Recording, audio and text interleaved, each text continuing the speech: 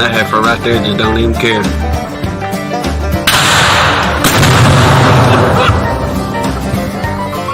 Take your stuff out.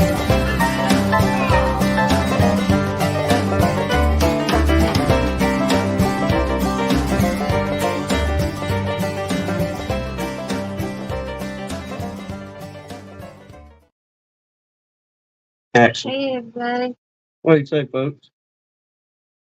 Appreciate everybody coming in here this evening. Hope it's been a fine weekend around here. I know a lot of folks has been enjoying the same themselves.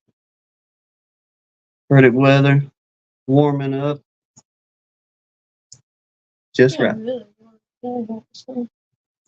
Yeah, it's pushing a little bit over, a little over 80s, Yeah, like 82, 83. but low humidity.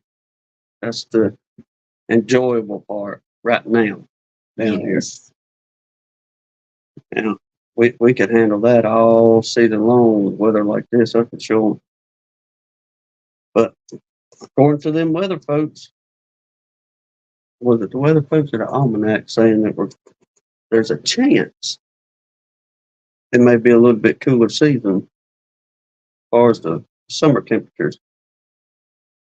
But we shall see, as they say, on that end. I don't know if we do if we had a summer where you wasn't sweating by the time you walked out the front door to the truck. Yeah, you don't even make it through the front door before you start sweating. 1 foot out and it's over.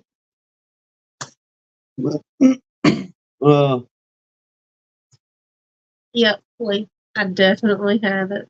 That's like it's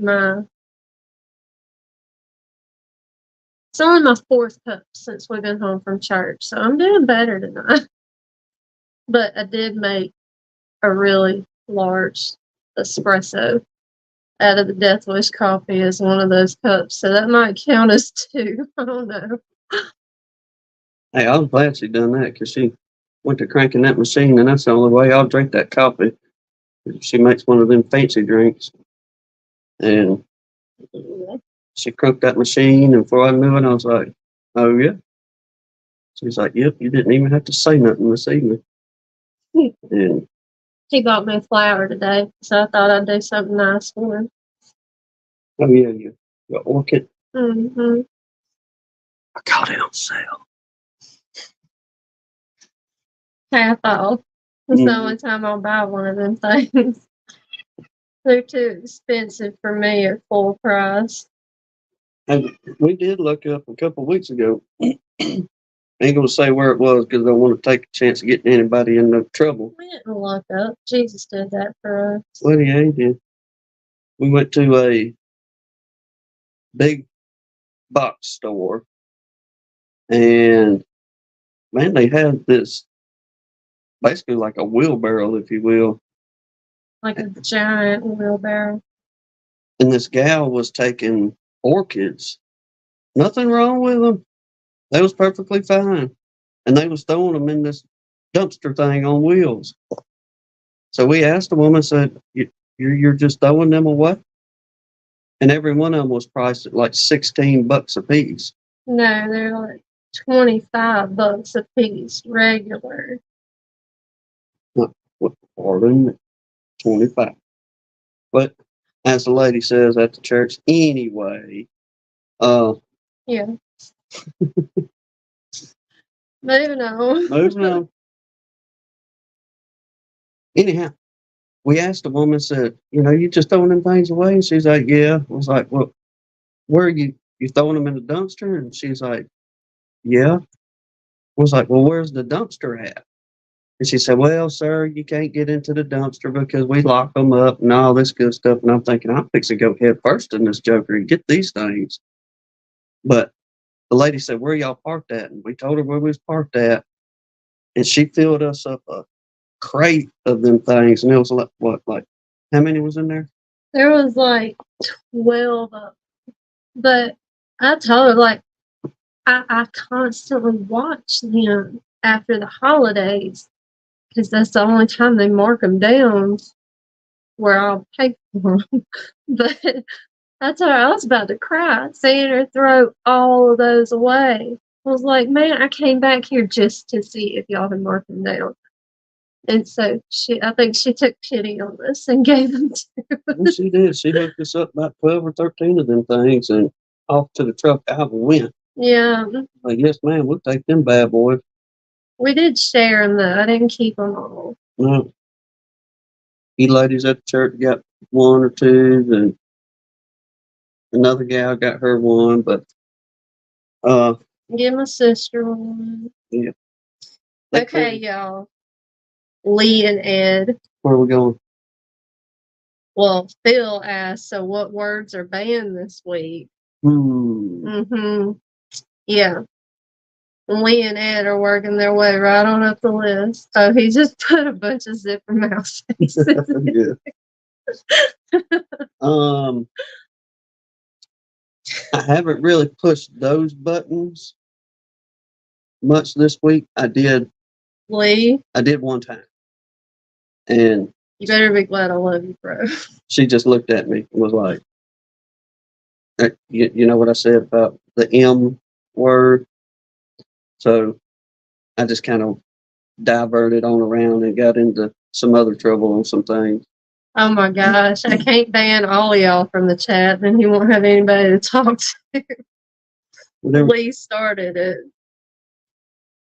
Everybody is gonna chime in now. Everyone. Y'all get it out of your system, and then we're gonna move on. Hashtag Mike. Yeah. MITE tonight, people. I got a hook I can poke you with. Hey, I'm glad. Really hard.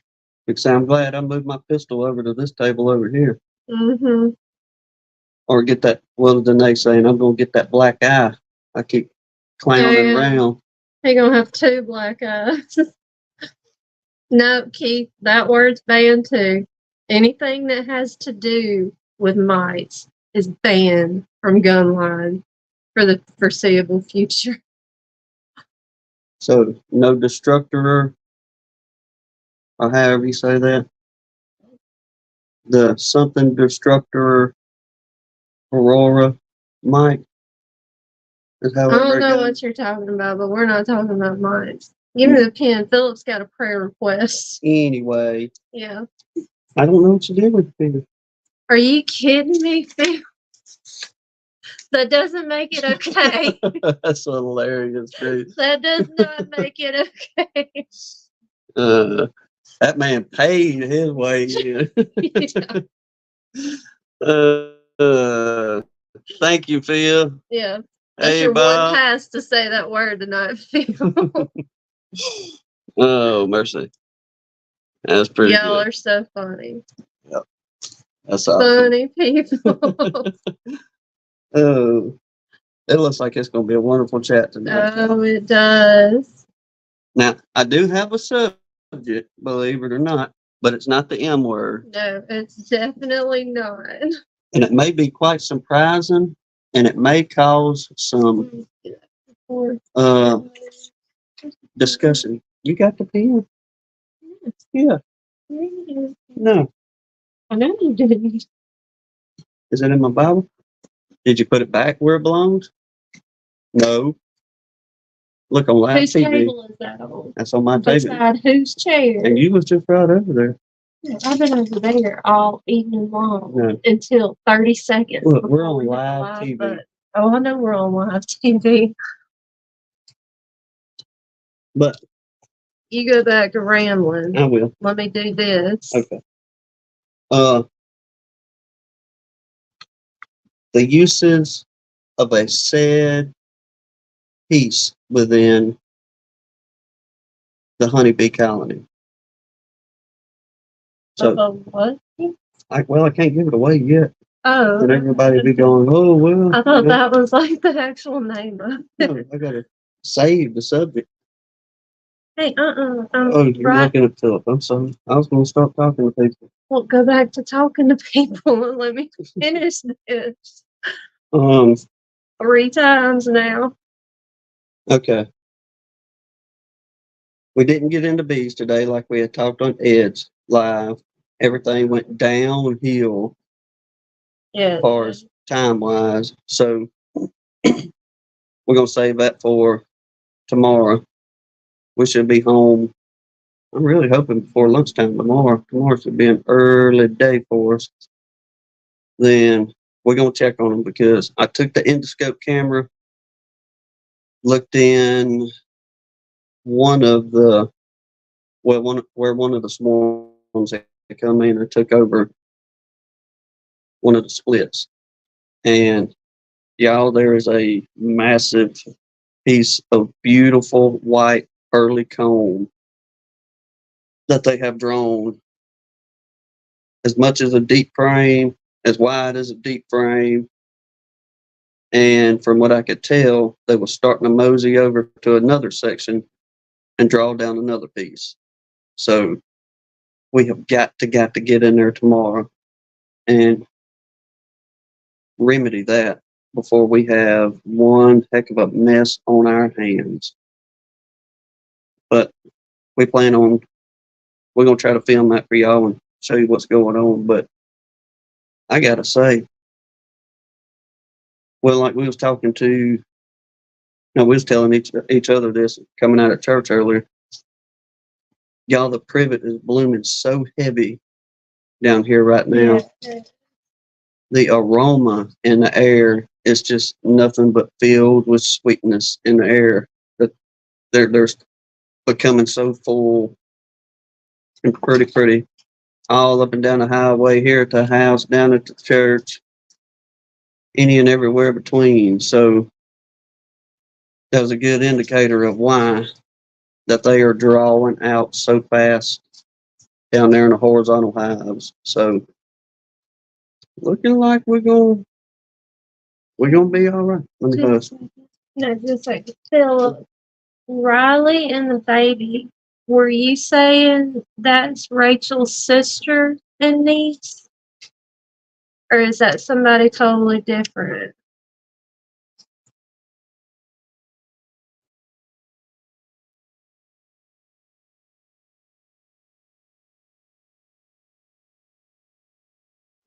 Can I talk now?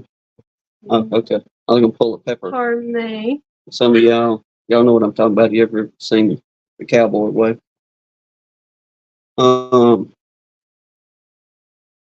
but yeah, they drawing out like crazy, y'all, and it's just now where we at, just middle of April.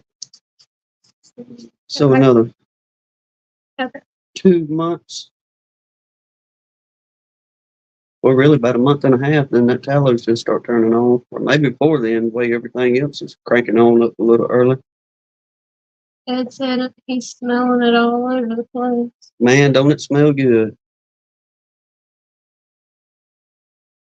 I was talking to Lambrook. I think it was Lambrook and chat a while ago, or it may have been somebody else. But anyway, they were saying they don't have much privet up that way. And Stone River, I didn't have time to do it today, but I promise y'all, I am going to start posting it to the community page. 'Cause I never got an email from anybody saying they wanted us to email it to them. So I figure I'll just start posting it on the community page, on our community page. the add-ons or the whole Yeah, prayer? I'll just do, The add-on. I guess, do the whole prayer list every week. Or I'll do like one master copy and then just start adding on. Okay, so you're gonna be talking for a while. Yeah. I mean, don't get us wrong. We're grateful for everybody that's letting us know these things, and Yes. so we can get the word out and all. But But I guess if you want a whole new copy every week, shoot me an email and I'll put you on the list to email it out. there we go. Because I got to resend it to Square B. Mike. That's his name. Mm. I sent. Then we'll just kind of do the add-ons on the community page. Here's it. Anybody new? Yeah. Okay. Haley, baby, I don't know if my comment went through or not, but I was trying to tell you hey. And thank you for being here tonight. Um, Sorry, I'm not cutting you off. you okay? No, you good. I'd rather get these names down on the prayer list than fuss me up for a minute. That way Yeah. we can get these folks tended to. Much more important than hearing me y'all about privet. We got plenty of time to talk bees. Let's see what it is. We had a swarm move in, a swarm move out. Well, they hung up 40 feet up in an oak tree, like typical around here. Mm-hmm. And we watched them for a day, and they stayed there. Then we got busy on some other stuff and went back outside a couple hours later, and they gone. So, don't know where they went, but I imagine they found them a fine place to live, wherever it may be. But I have no idea if they come from here or not. The numbers and all the other boxes are still looking pretty good, but we will know for sure tomorrow who is doing what and where they've been, getting in and checking on the queens and seeing if we had success on those ends. We got queens back. They should start to be laying by now on splits. And we know the two swarms that did move in,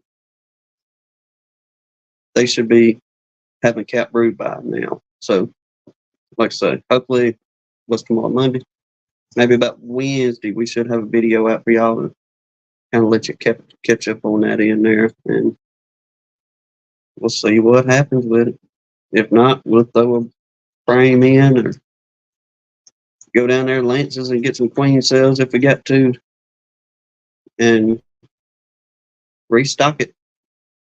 But really hoping they come on in. Philip said he caught his second swarm trap catch. Mm-hmm. So who? Keith, obviously. Half tracks did the live today doing his. Mm-hmm. There was somebody else we saw. Sarah caught hers yesterday. Mm-hmm. There was somebody else. I got one down there on Beekeeping News. I don't read that out loud yet. Maybe Yeah. that's the one I'm thinking. Well, from what videos we're getting when they're actually coming out, because once again, here we go with this. We're not getting a lot of y'all's videos until 4 or 5 days after you post them for whatever reason, even though we got it on all. Yeah. And we'll look at the comments and it'll be like, I don't know, 3 days into the event. But No, Joey. He said everybody catching swarms in his area has caused him to lose some nuke sales. is it just us, or is it seeming like this year is becoming a much bigger swarm season? And I know most definitely for us down here on the coast because of what happened last year, but I don't know if we're playing catch up from last year on the swarms or what, but it is just like almost every day.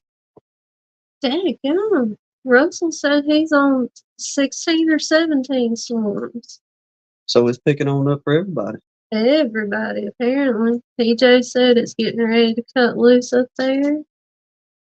Well, I know y'all happy in the North Country up that way, especially the ones of y'all finally thawing out from the snow. I know y'all probably still getting a little bit of cool weather, but at least you can see the ground now.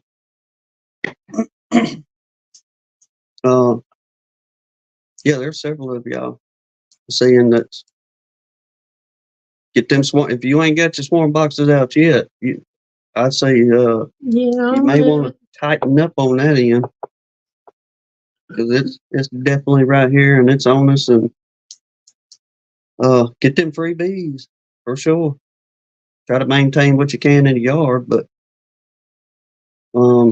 problem, Joey.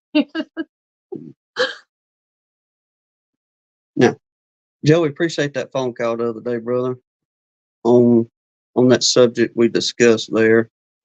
Uh, we'll kind of get into that a little bit when we get into the prayer list. But thank you much for letting us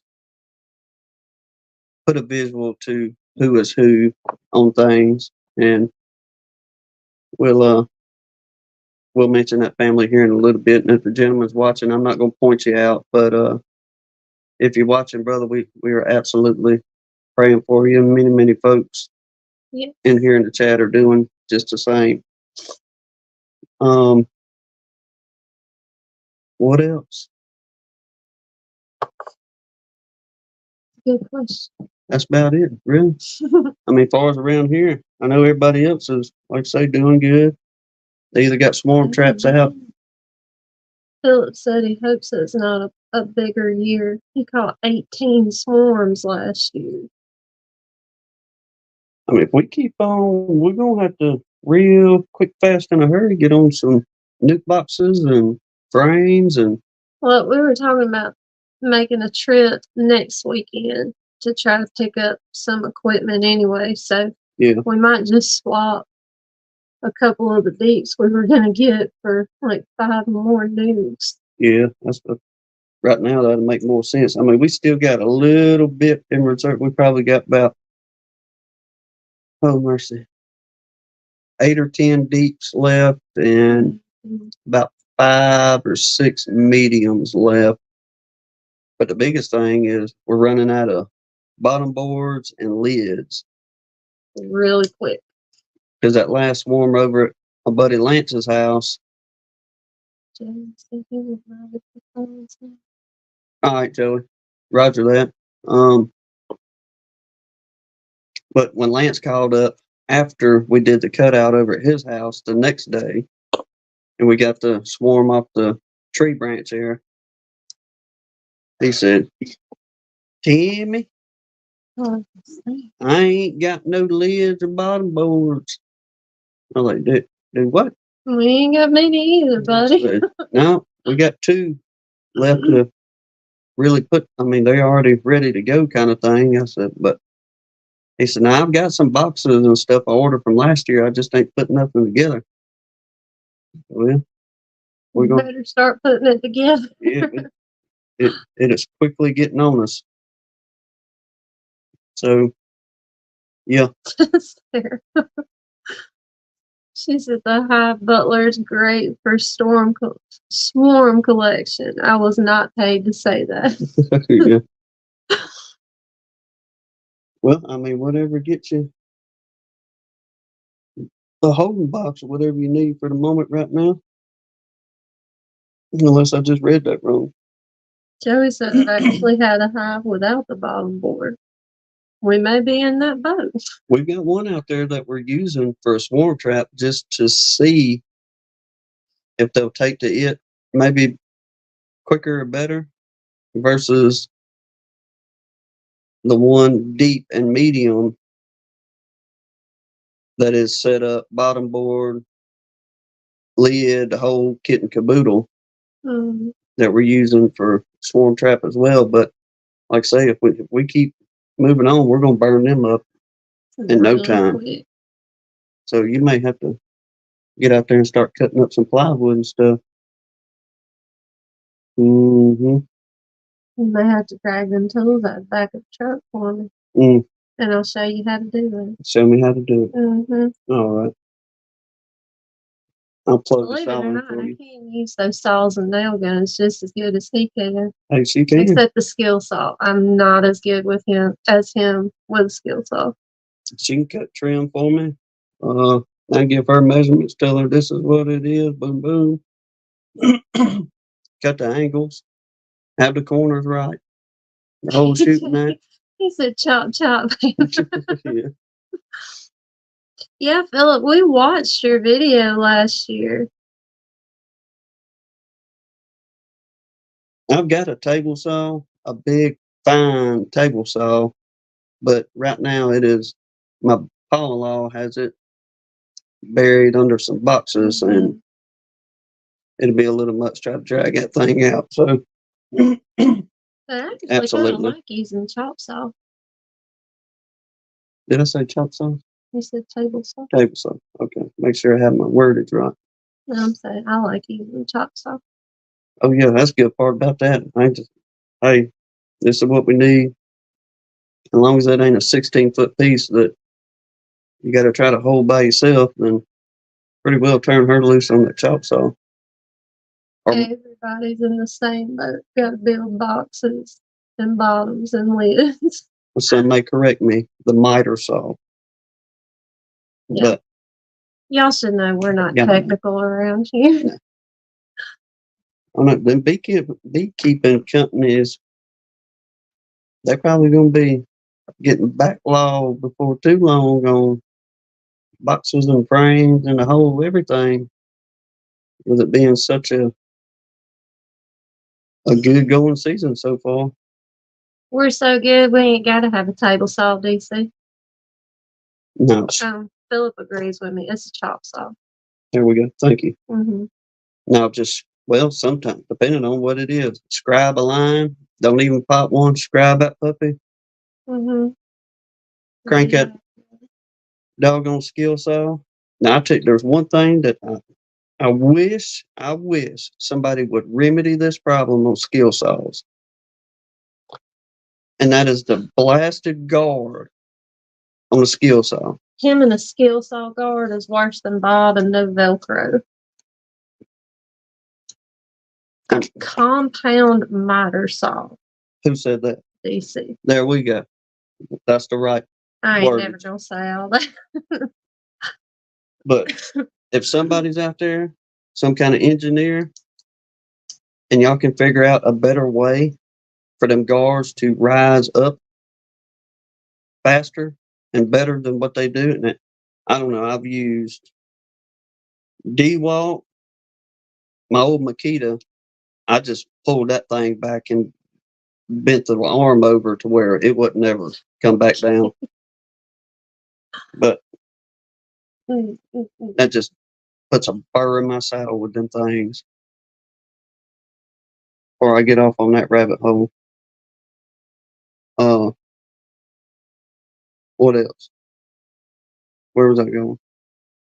Let's tell everybody, hey, There you go. uh, Good idea. before I get fired up on that. Yeah. Because she has to hear it all day, every day. Every time I crank that thing up. Every day of my life that he pulls that skill saw out, I hear this speech. These things are a piece of crap. They need to throw them away, have a better design on them. Shout out to people. I'll do it. Let's see here.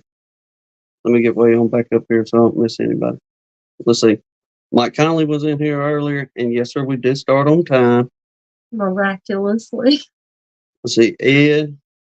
We got Lee in here. Mike Tangway. Phil, 33 Mile Bees. Randy from Tar Heel. Sarah Happy Hive. You skipped Carl and Haley. I'm getting to them. Mm-hmm. You skipped those. No. Yeah. Oh, I did. You My did. bad, y'all. Carl and his two bee brats. They're little Miss Haley. Good to see you in here with us this evening. Now I'm off track here. Let's see. Lee, Sarah, Keith Spillman, Russell Amon, Richard. The troublemaker, Phil. Yeah, that other Texican out there. Bob Walker. I got you on Beekeeping News tonight, Bob Walker. Uh-oh. Oh, yeah. You made the headlines. Sure did. Mr. Joey Rawls there, Stone River. Redfish. Let me see. If I bounce over y'all, I do not mean to, and I apologize. Morris Homestead.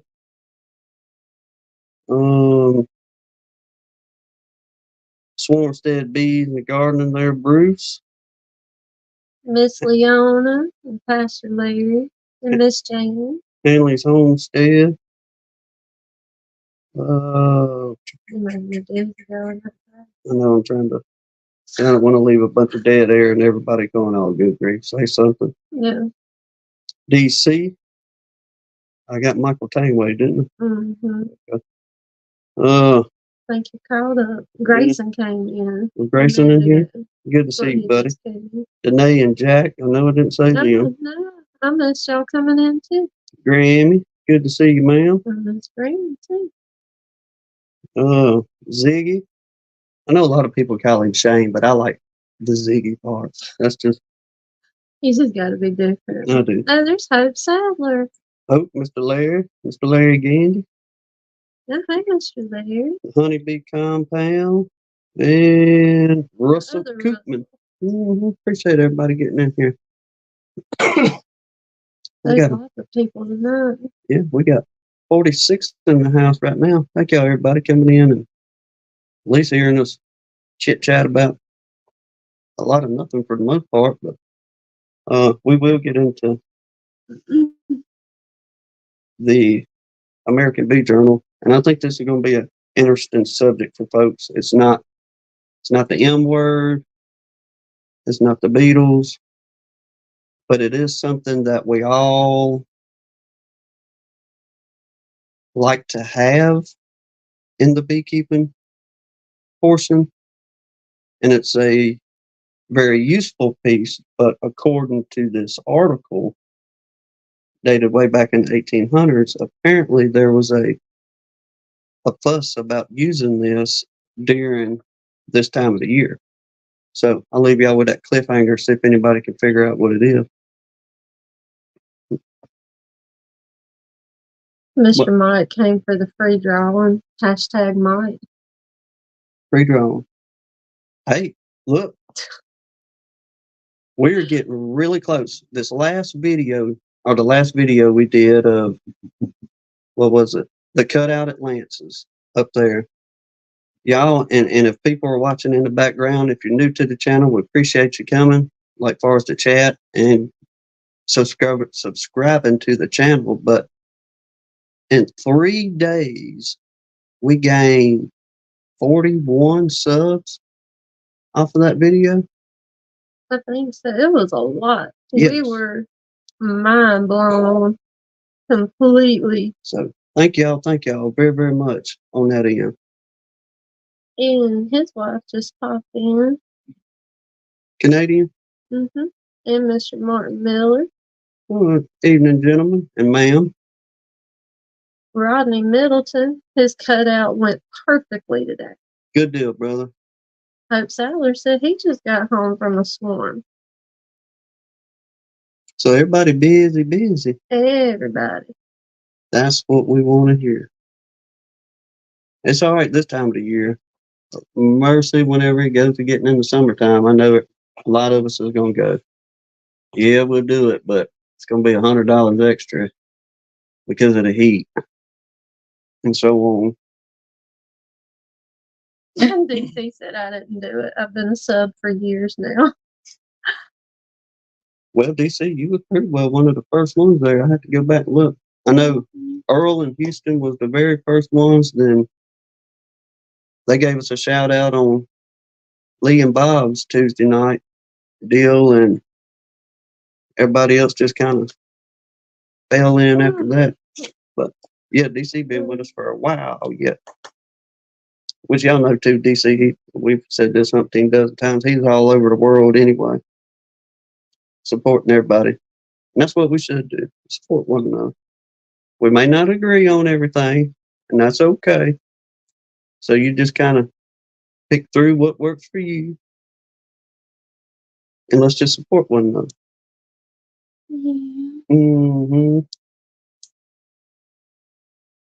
Okay. You know? I think so. PJ had a really good reminder for the prayer list and Israel and all those affected by the war. I get you. And the craziness going on right now. Did we add the people from Slidell from the storm the other day? I don't know if we. No. We talked about it, but we never wrote it down. I know there were several folks down that way. I know they were dealing with quite a bit of flooding down there in New Orleans and Slidell area, and that bit of tornado damage that went through Slidell down there. And I had no idea about this, but whenever we left the house the other day with that bad weather, and we went up to the church house, and we was watching the weather guy, and I think I may have mentioned this last week, but right before I was fixing to make the decision in my head. Okay, I think it's cleared up enough, or the bad stuff is pushed away far enough where we can ease on home. It wasn't a minute or two later. Orion Hall, y'all went to chirping about a tornado at, Right where the intersection we were at. yes, literally right at the intersection we was at. And I don't know, we got to talking about it with Mr. Donnie the other day. We was walking around his yard and we found several pieces of shingle and a piece of a 6-panel door. And was asking Mr. Donnie, I guess all this stuff flew off somebody's pickup truck. And he's like, no, son, I'm pretty sure that come from that tornado that was right across the field right there. And Hannah was telling me, you didn't see it on the news where, you know, the tornado touched down in the neighborhood Yep. about 200 yards from where we was at the church. And I said, no. So I went back and looked at it, and sure enough, there was a fair-sized tornado. Some old boy was painting in a house and stepped out on the back porch. Said it thought it was a log truck, is what he thought it was. Mm-hmm. And he stepped out on the back porch, and y'all, there's this big tornado tearing a house up in the neighborhood right there, and got to looking at the destruction it done to that home, and started putting two and two together. And I was like, well, Mr. Donnie was right about that piece of door. It very well could have fell out of the sky from that thing, which Mr. Donnie is, he's about the same distance far, but just a little bit north up the state highway. So, DC, I probably spelled it wrong fighting with this phone, but a crawfish etouffee. etouffee. Lee can probably tell you how to spell it. I probably butchered it, but Don't get me to spelling it. mm-mm. No, y'all go. Joey said that storm got one of Mike Berry's hives. Yes, sir. I was checking out a piece of that a while ago, and what was it? Either a tree or a big old tree limb had fallen and busted up a colony or two of his out there. And I think he said, which of straight line winds is dangerous enough within itself too, but We put A-2-Bay. here we go. Sarah, is definitely not fancy. It's, I guess, like the Louisiana version of a vegetable stew you put over rice, but it's like you put yellow onion and green onion and rotel tomatoes and bell pepper and garlic, and like you start out with a roux, like out of butter and flour is what I do to make a light roux like that. And then you just start building. Put your crawfish, all your vegetables, saute everything, and let it simmer for a while and dump it over a bowl of rice. And ooh, that's some sure enough good food there. I guess It is decent. It's kind of like a seafood flavored crawfish stew, I guess, like a southern version. I don't really know how to explain it. it's just good. Lee said everything but the kitchen rag. Yeah. Oh, thank you, Joey. He's the only one that knows how to spell it. Or did you just Google that? And it depends on which southerner, or if you're over there in Cajun country, depending on what Cajun is cooking it, what all's in there. Yeah. Sometimes don't ask. Just get you a bowl, put some rice in it, and put your meal in there. Because either way, it's going to be good. It don't matter what's in there. Yeah. Yeah. It's going to be good. But oh yeah, them Cajuns over there, they can sure enough cook up a meal now. I'm telling you. Rodney, I do put a lot of rotel in it. I don't know about andouille, Carl. Mm-hmm. I've heard that, but I don't know exactly what it is. You have You to- want to do the prayer list? You have to do a video on either do your etouffee or do what we made for Lee whenever he came by, the crawfish. I don't even know if we gave it a name, but No, Lee was supposed to come up with a name because I just called it the concoction. but it's good. It's got cheese and hamburger meat, crawfish tails, Cream cheese, roadkill, tomatoes, corn, Oh, all yeah. kinds of stuff. good I stuff. don't know, once in a while we just kind of, or I just kind of, I mean, I enjoy cooking. I love baking, but I enjoy cooking. And you get tired of eating the same old thing. And sometimes I just absolutely protest going to the grocery store. So I just go in there and just kind of start digging through the cabinet and throwing stuff together. That's it, Joe. The roux, that is the nut. That's where you can mess up on everything else, but you cannot mess up on the roux. That's your foundation for it. But you get that roux just right. Oh man, Joey, didn't you do a video, y'all mixing up a roux, and y'all done an Somebody etouffee did. or something a year or two ago? Yeah. Next time I do one, I'll do a cooking video on it. But I don't know. Can y'all get crawfish up in the North Country? I don't know if y'all can get any crawfish up there or not. If nothing else, you can substitute it for some shrimp, by all means.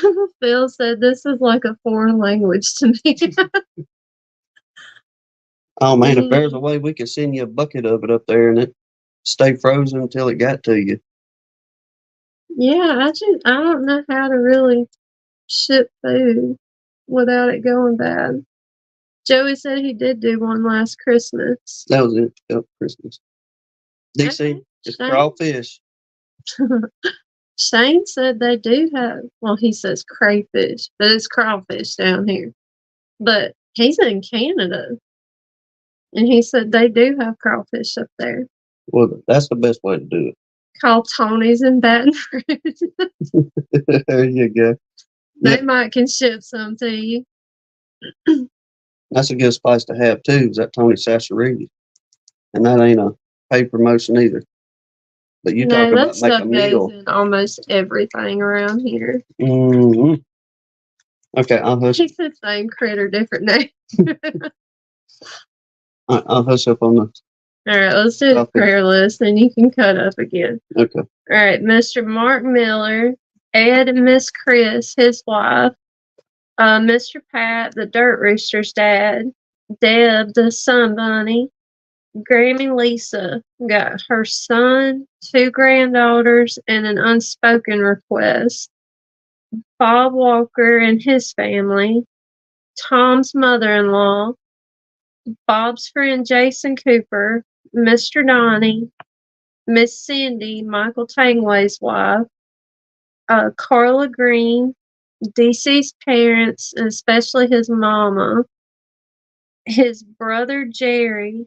And how's he doing, DC? You told us, thank God the test didn't show any damage from his heart attack, but that was the last we heard from you. David Hoskins' baby granddaughter Emma, baby Luca, Brad, Canada Brad, and all the ordeals he's going with his bees. The Brown and Daughters beekeepers in Israel. And then here's most of Philip's list, except what he added tonight.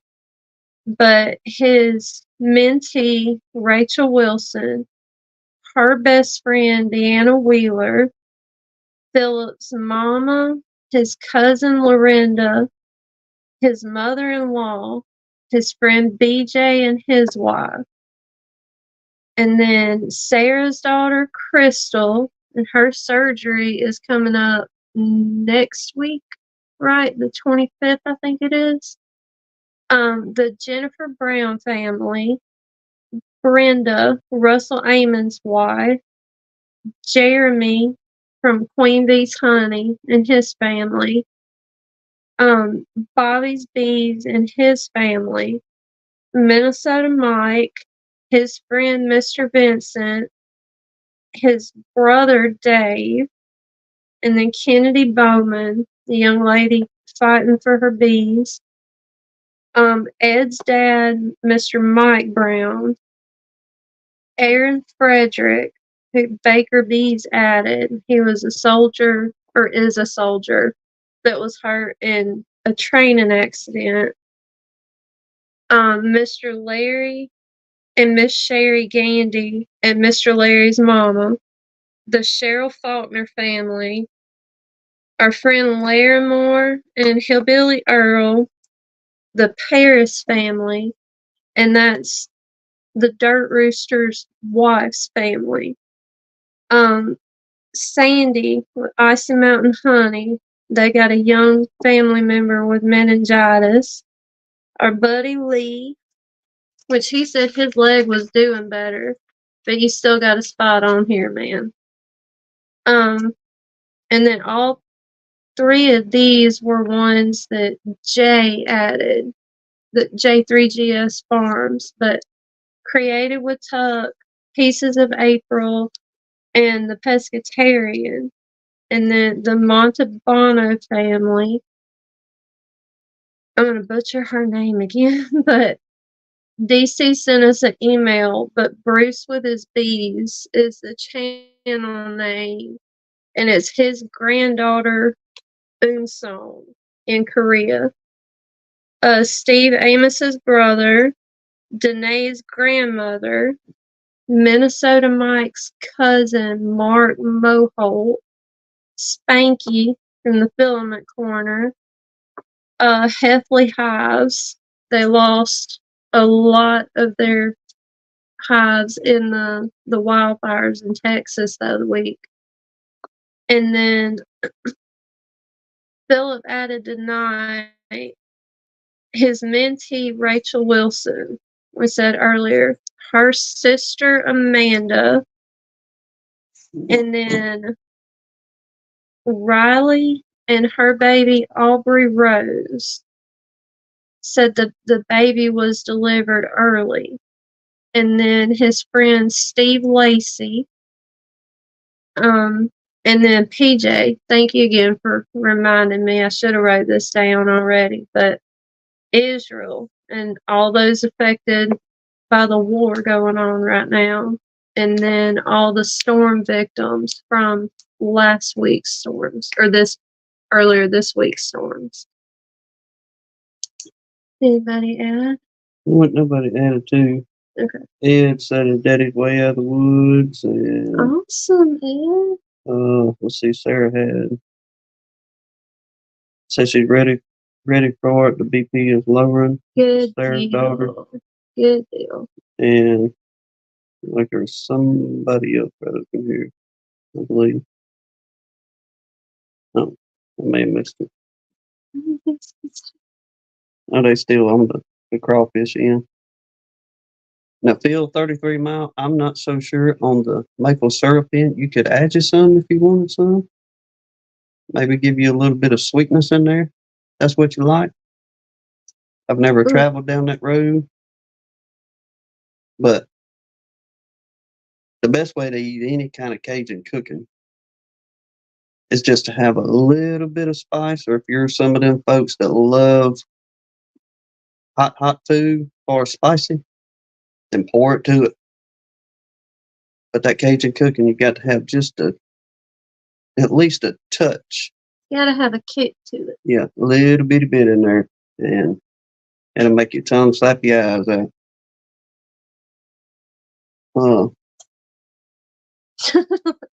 Get him, DC. He said, I'm glad you're doing better, Lee. Now stop hurting yourself, please. Yes, sir. That way you can go on your climbing trip. Not much fuss from your old body there. Yeah, I'm with you, DC. There ain't enough money, and I'm gonna have to be absolutely starving to eat the heads.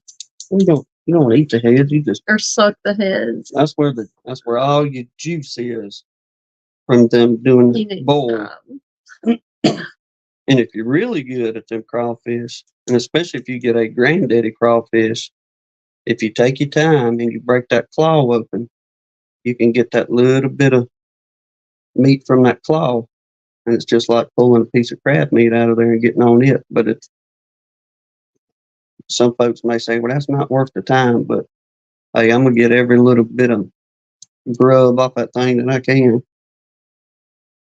Well, Danae, we will still absolutely be praying for her. So she's got 2 weeks of radiation left. Her grandma. Okay, okay. Yes, ma'am. Absolutely. No. There's a sister in our church that is having some bouts with an unknown situation. Yeah. They really don't, they have no idea what's going on with her.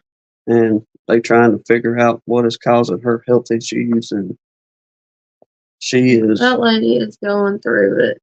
yeah, Bad. she's pretty sick right now. So just keep her as an unspoken for the ones of you keeping up with the prayer list, if you don't mind. Yeah. And pray that they can figure out what's going on with her and get her remedied on that as well. But were we still on mud bug? I guess so. Steve Amos said it's like dessert. The heads are. Oh yeah. Mm.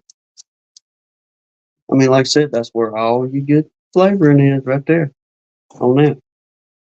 And another part too, if you get enough, you can break that tail, bend it one way, bring it back the other way, and you can pull out the old bladder gland, if you will. You pull it all out at one run, then all you got is crawfish meat. You ain't got to worry about trying to dig all that mess out either. Yeah, y'all should see me eating them. I'm out there with paper towels like I'm changing a diaper or something. I ain't fixing to put all that in my mouth. But it's getting seasoned, so we'll be getting on a bag of them here before too long, or a few pounds. It's one of them we will splurge from time to time, and even though the prices is going up on I it. was gonna say it's sure enough splurging this year. What them things have gone to a pound is unreal. Yeah, they're getting a little pricey, but they're still good. Oh, they are good. Yeah, me and him can kill a 20-pound sack in like 15 minutes. Oh yeah, they'll be gone. Have you a 5-gallon bucket sitting there beside you with a paper bag in it?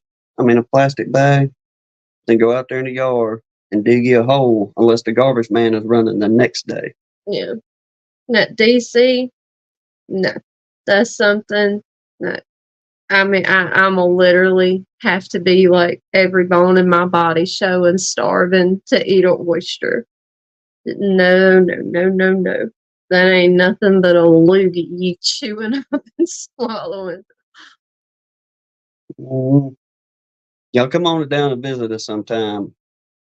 We'll I'll do the mud bugs, but not the oysters. we'll go eat on the bay down there and take y'all to some of them fine seafood restaurants and get some of that Gulf shrimp and all that good stuff. And you'll go home with a good memory eating that fresh Gulf Yeah. food. Or go down there to Bayou La Battery. Bob almost made it there, but the highway was closed. He wasn't I able to get forgot in and about see. that. Yeah, he wasn't able to see the bayou.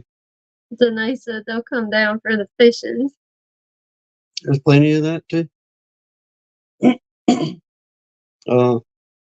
Sarah, you ain't missing nothing being allergic to them things. I promise you. Oyster. Yes. Man, y'all, my brothers. I know I talk about my brothers a lot, but I mean, heck, we grew up together. They got me. I mean, I probably wasn't 10 years old, 11 years old, something like that. And we had gone down to Dolphin Island for the day. My parents had some friends that had a camp down there. And we went out to a restaurant to eat. And I knew just looking at that thing, I wasn't going to like it. And they conned me into it. Put it on a cracker, a saltine cracker, covered it in hot sauce and ketchup. But they told me, now y'all be sure to chew it really good, boo, okay? And I did, and but everybody in that restaurant was laughing at me because I run straight out that front door. Oh no, never again. No, yeah, it's only about 2 chomps, and you get that old raw oyster down. No, no, no, no, no. I can't even con her into eating a fried oyster. No, I ain't touching that. All right, you can get on the bee journal now. Maybe we can quit talking about living loogies and swallowing them. Well, hey, it's good. We got more people in here now talking about crawfish etouffees and some of our fine food down here. Oh, now Tim will eat the calamari, Lee. I hadn't worked up the guts to try that yet. Yeah, I like some calamari, especially if it's cooked right. I'll eat me some calamari. Philip said calamari and sushi are disgusting, but I'll eat a bucket full of raw oysters. It's all good for the most part. Ain't too much. The only thing I won't eat is liver. I ain't fixing to eat no liver. And that's because my daddy loved it growing up. And whatever mama cooked, that was back in the day, whatever mama cooked that day, that's what you ate, whether you liked it or not. Mm-hmm. You went to bed hungry or you ate what mama cooked. And yeah, Shane, escargot is definitely out of the question for this one too.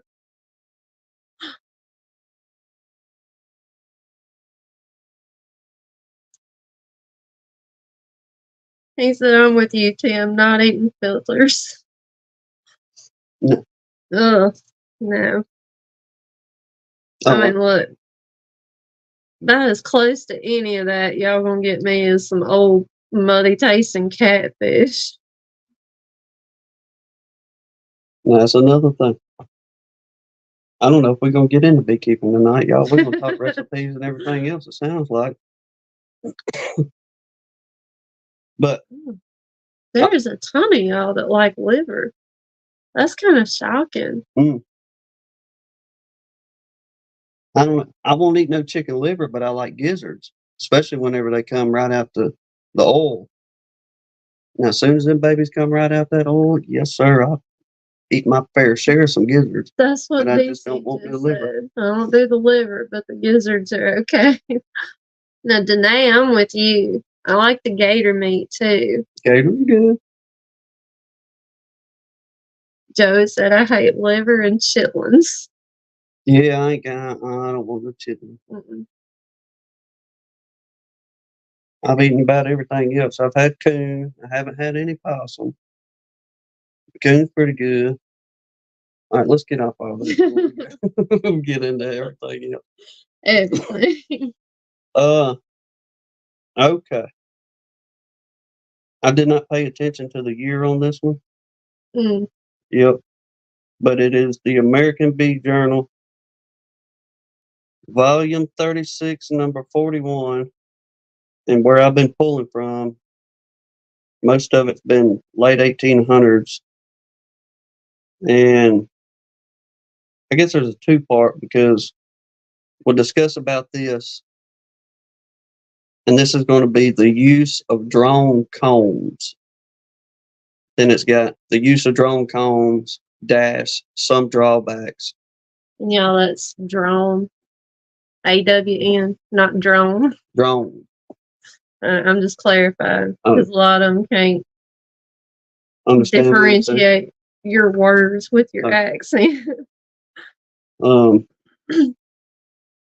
drone comb, like what bees build, then I don't know if Ian stays in here long enough on this one. Maybe he can kind of give a little more modern day insight since he's up there on the commercial end. But I'll have to turn the Wi-Fi back on to get to it. But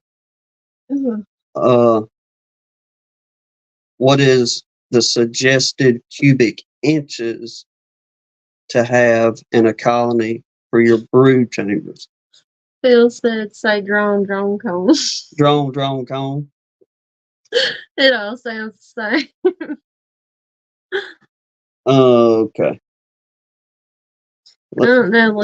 Ian may have moved on with all our food talk. I'm out of here, y'all.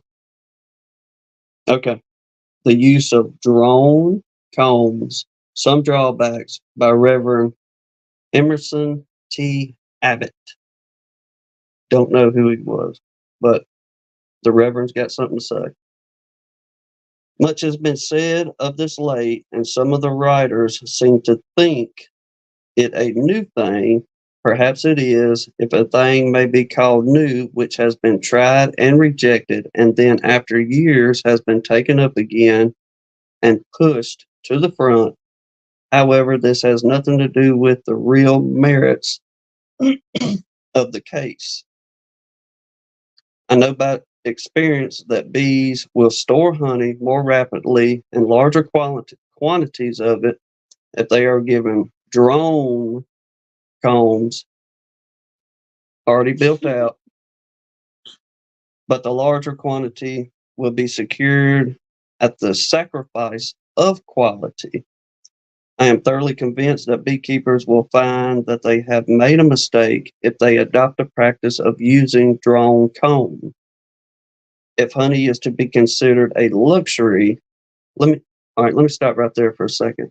From what I've read, apparently, whenever people were selling combed honey back in these days, that it was very much a big deal to have, which I imagine a lot of it is too nowadays, but it was a major deal back then to have brand new, pretty comb to sell. Like far as your honey. Well, your chunk comb. And it'll get into some of this in a second, but I just had to throw that in there to kind of give an insight on the way people was thinking back then. But I am thoroughly convinced that beekeepers will find that they have made a mistake if they adopt the practice of using drone comb. If honey is to be considered a luxury, as many claim it always will be, then quality is more of importance than quantity. There are two drawbacks to the use of drone combs, which in my opinion can never be overcome. One of these is a tendency of the honey to sour when it is put into combs so rapidly. I tried drone combs 2 seasons when the bees were working almost exclusively on basswood, and in both cases I had trouble to keep the honey from granulating in the cells. Comb honey will seldom granulate unless it is improperly cured or exposed to moisture after it is taken from hives. For some reason, the bees do not cure the honey as thoroughly when stored in drone comb as they do when they build the combs as they store the honey. I am free to say, and I lost my spot.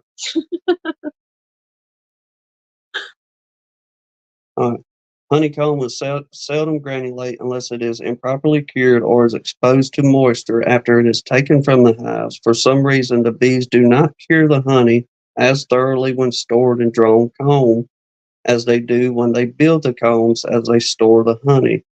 I'm free to say that I see no way by which this difficulty can be overcome at present. The other and perhaps more serious objection to the use of drone combs is that one can never secure as delicate and friable comb in this way as he can when the bees build the comb as they store the honey. I have never seen any honeycombs that have been drawn out over winter and then filled with honey the next season. Let me read that again. I have never seen any combs that has been drawn out over the winter and then filled again with honey the next season. But what are tougher and harder than they would have been if they had been filled with honey at the time they were made, or as they were being drawn out. By placing such honey on the market, one is a sure honeycomb business, especially if he has been producing a fine quality of honey and catering to the best trade for fancy prices. Fancy prices. Mm. That's that high dollar stuff. His customers are very apt to conclude that he has learned the trick of making artificial honey. Beekeepers have enough to contend with now, along with the line, without adding another difficulty in the shape of drone comb. I have just I have just had my attention called to the bulletin issued by the Connecticut Experiment Station. Don't know what that is. On the workings of pure food law in the state, in which it is stated out of 12 samples, the comb honey examined by the state chemist, 6 were filled with sugar syrup, which had been fed to the bees. Well, this may be so, it may be not, but to tell the truth, I am very much inclined to think that the chemist made a mistake and that he had been better posted. The 6 cases would have turned out to be only granulated honey. Let this be as it may, beekeepers cannot afford to adopt any method which will lower the standard of comb honey or render it in any loss tempting to the human palate. Therefore, my advice is not to be in a hurry about adopting this method of adding to the sum total of the comb, or yeah, to the sum total of the comb honey crop until it is demonstrated that the points which I have suggested are not well taken.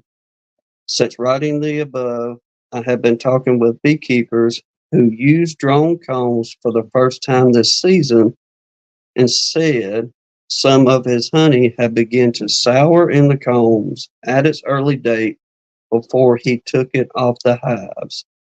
St. Joseph, Missouri. So, PJ, do you see that happening? Is that why use you try to use new comb instead of drone comb? Because he said I prefer new comb every year in my supers. I use very little drone comb for honey production. So, okay, is that why y'all reckon Jeff Horchoff pushes so much, which I've never heard him say any of this, what was just being read, but Jeff seems to push on his beekeeping end to have the bees draw out new comb every single year, Mm-hmm. and especially for his honey. I'll put the link up. Okay. Maybe somebody will come in and debate with you. Okay. I mean, okay, yeah. Then,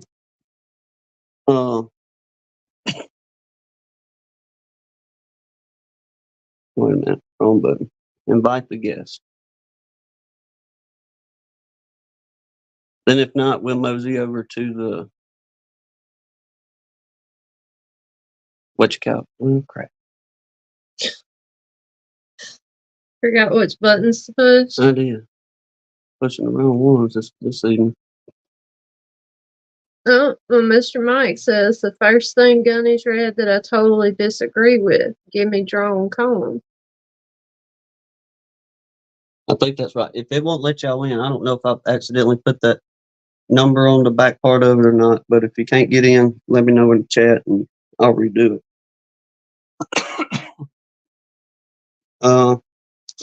Well, Mr. Larry says you collect more honey using the comb. Mm-hmm.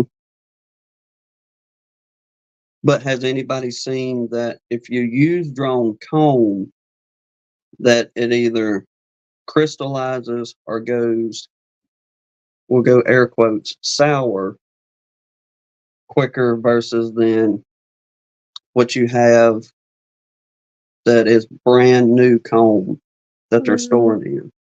Russell says I only use drawn comb if I have it.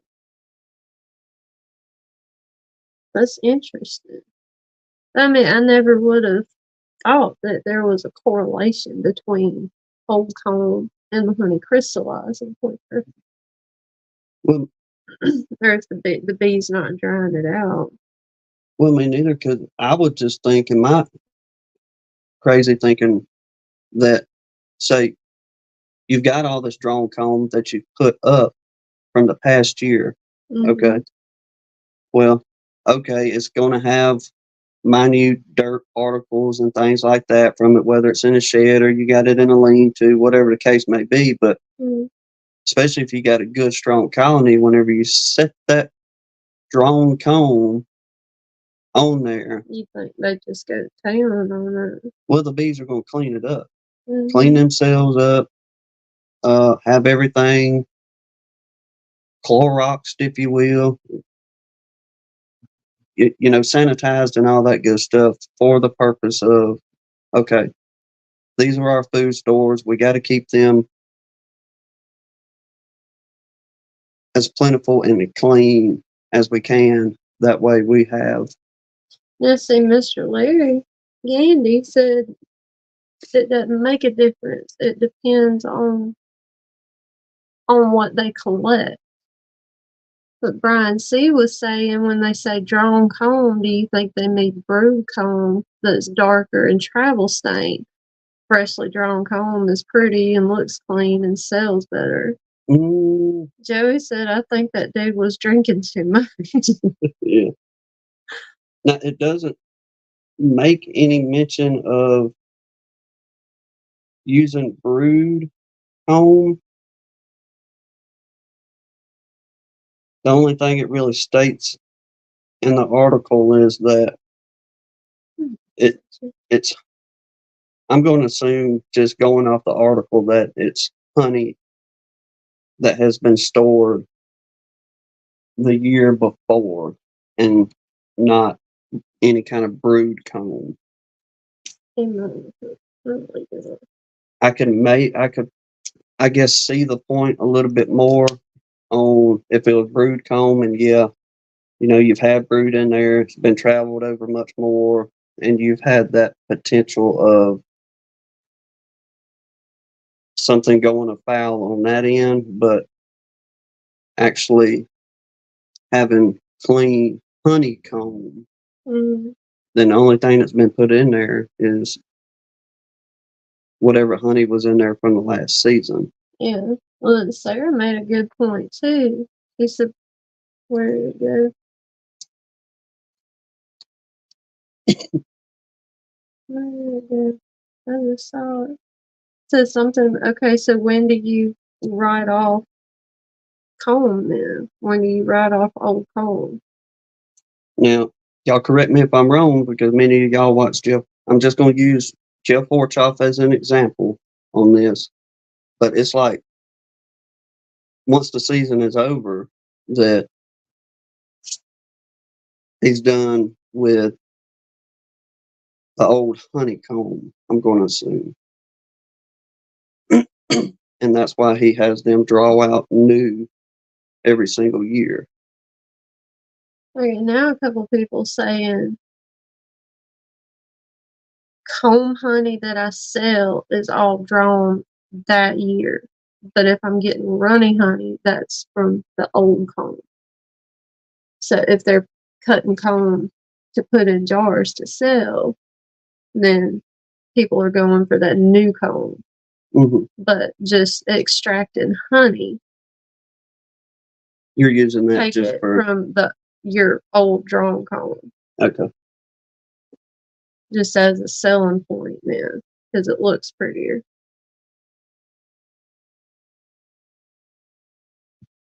Well, it seems like we got on a pretty good conversation on this evening.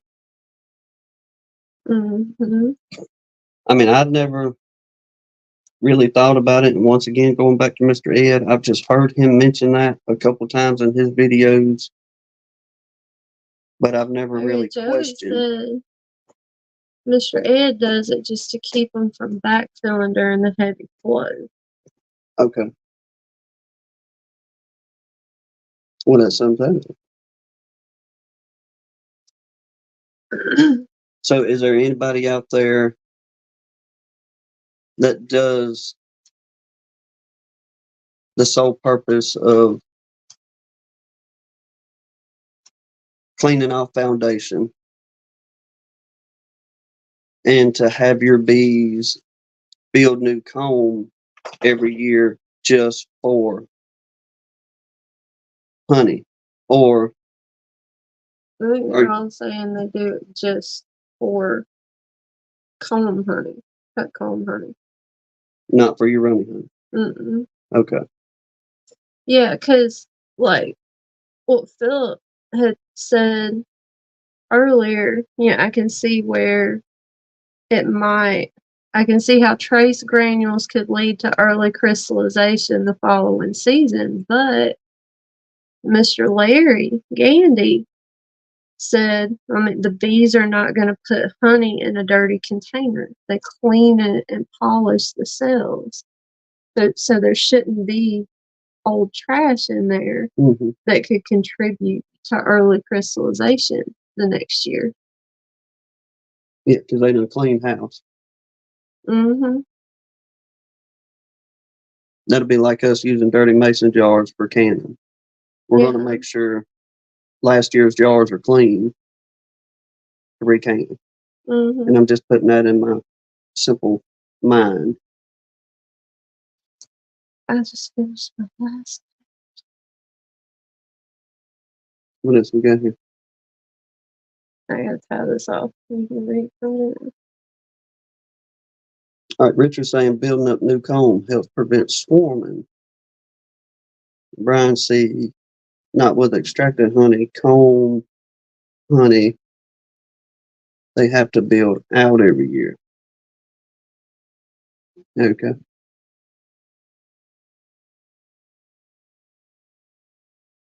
Now, you're going to have to turn the Wi-Fi on for just a sec. Let me reconnect to that.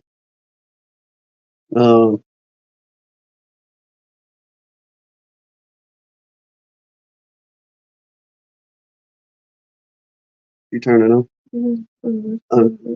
I'm sorry. Y'all bear with me. Let me get this hotspot turned back on a second. That way I can flip over to the other. I didn't turn it up or low, but you can turn it up or down.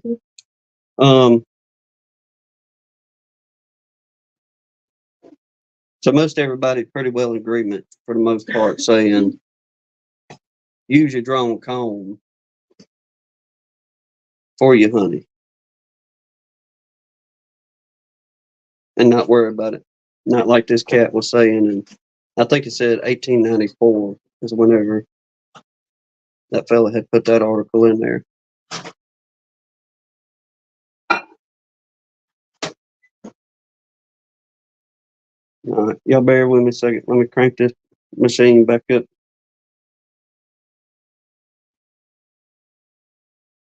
I reckon to another point, and this is something else I've never really thought about.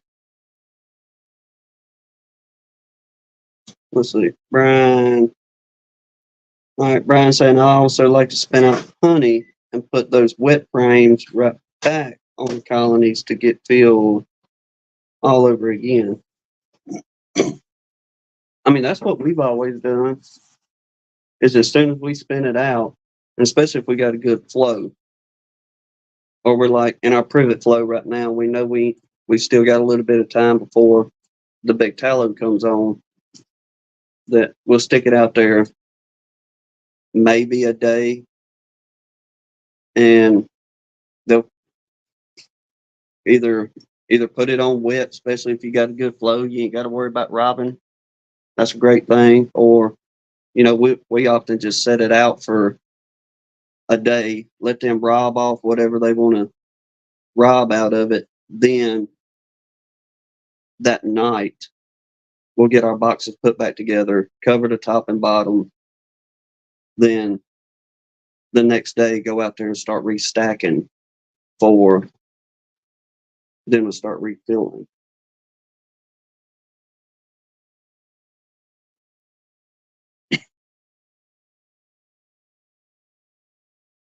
All right, let me get back here.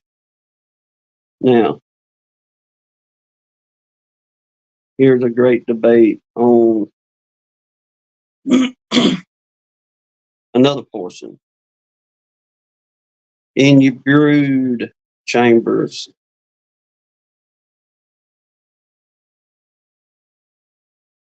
cubic inches. All right, before I get into it, and all of these are just like little bitty short paragraphs, but you got opinions from Dadant, that fella Doolittle, C.C. Miller, and there was another big name or two that we know nowadays in the beekeeping world that put their opinion in on this as well. But square cubic inches within the brood chamber. And I won't give away the numbers, but we can do the boxes. Do you think an 8-frame box is plenty enough for a sufficient amount of bees? Or a 10-frame box better, since you can get those 2 extra frames and what see, about 14,000 more bees, I guess. What is it, 7,000, 8,000 bees on a deep frame between both sides, roughly?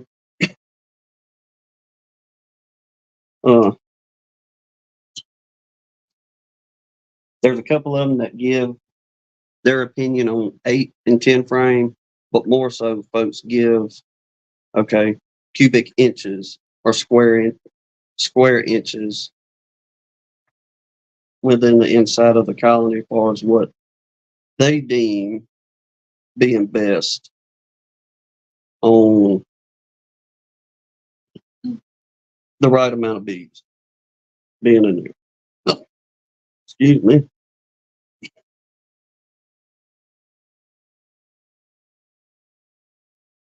Here, women, we getting close.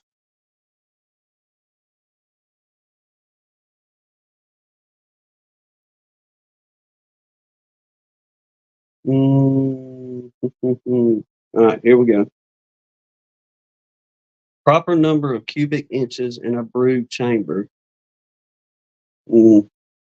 This is just an inquiry of how many cubic inches should there be in a brood chamber of a beehive for the most successful production of comb honey. My bad. Okay, so we're back on the comb honey instead of it being brood. So there's several of them on down through here, but we'll get into Dadant and Sons and these others. But Mr. James Green, he says 2,000.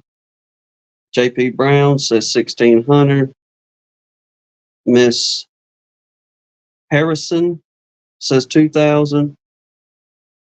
Hamburl, 3,000. G.M. Doolittle, 1,400 to 1,600. And Mr. Burnham, all right, he uses the 8-frame lane straw. Fella named Heater, once again, the 8-frame. Another fella, Hembry, says it all depends. A minimum of 1,600 and a maximum of 3,000. One old fella says, I don't know. Opinions differ. I prefer 2,000. Let's see, not less space than a 10-frame laying straw hive. Some fella named Stone, 1,900 to 2,000. That may be readily reduced to 1,200 during clover and basswood bloom. Not less than an 8-frame laying straw, and I would rather have 10, but I'm not a honeycomb producer. Mr. E. France. Somebody else says, I think that depends upon location. I like a hive not larger than an 8-frame laying straw. I wonder why that is.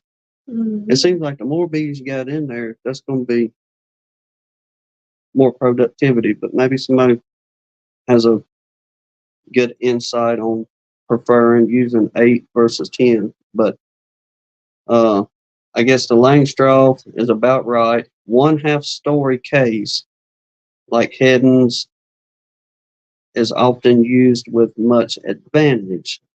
He just didn't even give a number. Mr. J. Cook. There are a few beekeepers perhaps who have made more experiments in the past 10 years than myself to determine this question, and my judgment is that 1,400 cubic inches is about right, or a space to accommodate about 800 square inches of brood comb. With such a brood chamber, a queen excluder is necessary, as also special management and spring breeding. Mr. G.L. Tinker. I use a hive containing about 1,700 cubic inches and consider it hard to beat. This question depends on somewhat upon the management. And now we're going to get down into date anting them in a second. Once again, 10 frames from another fella, 2,000 again from somebody else. As no two aparists use the same exact methods, it will be impossible to give the size of hive for the most successful production of comb honey. Some fella named Cutting, Date Ant, or Date Ant and Sons, to our minds, a hive large enough to receive the eggs of the most prolific queen is better than a small one, even for the production of comb honey. We have tested it before, the introduction of honey extractors. Now it's Date Ant. C.C. Miller says, I don't know. I'm using 8 frame lane straw, but I'm not really sure. Pardon me. Let me go back over that. C.C. Miller. I don't know. I'm using 8 frame lane straw, but I'm not really sure I've gained anything by changing from 10. Even if 8 frames are all right for me, different management might make a different number right for someone else.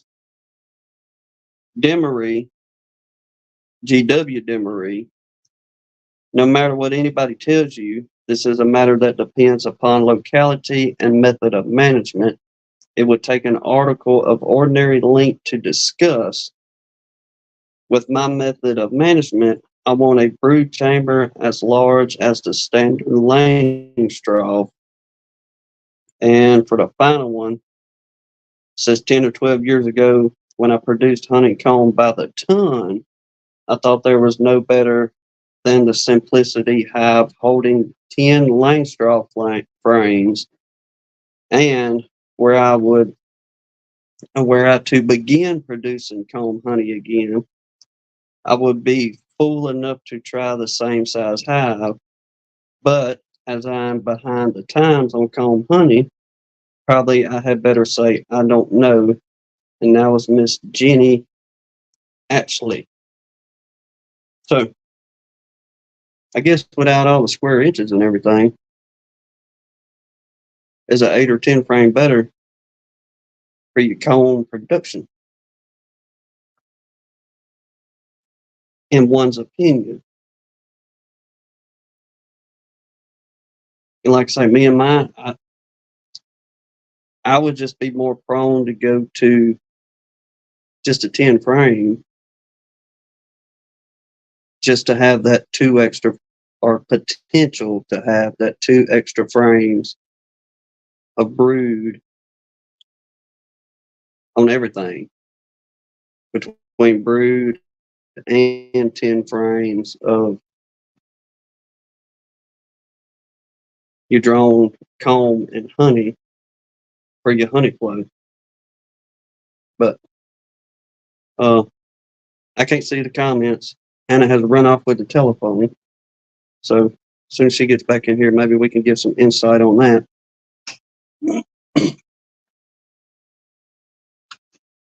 Don't you just knock the one found that. Oh, yeah. There we go. What's folks saying in here on that? Not much. Danae said, "Oh, Hannah, you changed your hair quick." As soon as Jasper jumped up there. Oh no, I was trying to keep up, but this thing keeps buffering with you running the internet. Okay, you can turn the internet off on that. I can run this thing and find it's loaded enough to find something else in here.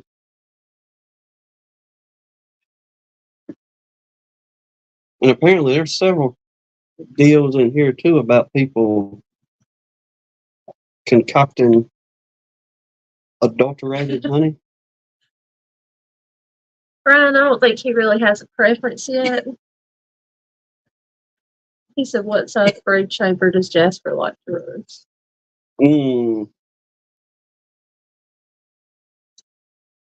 I don't know.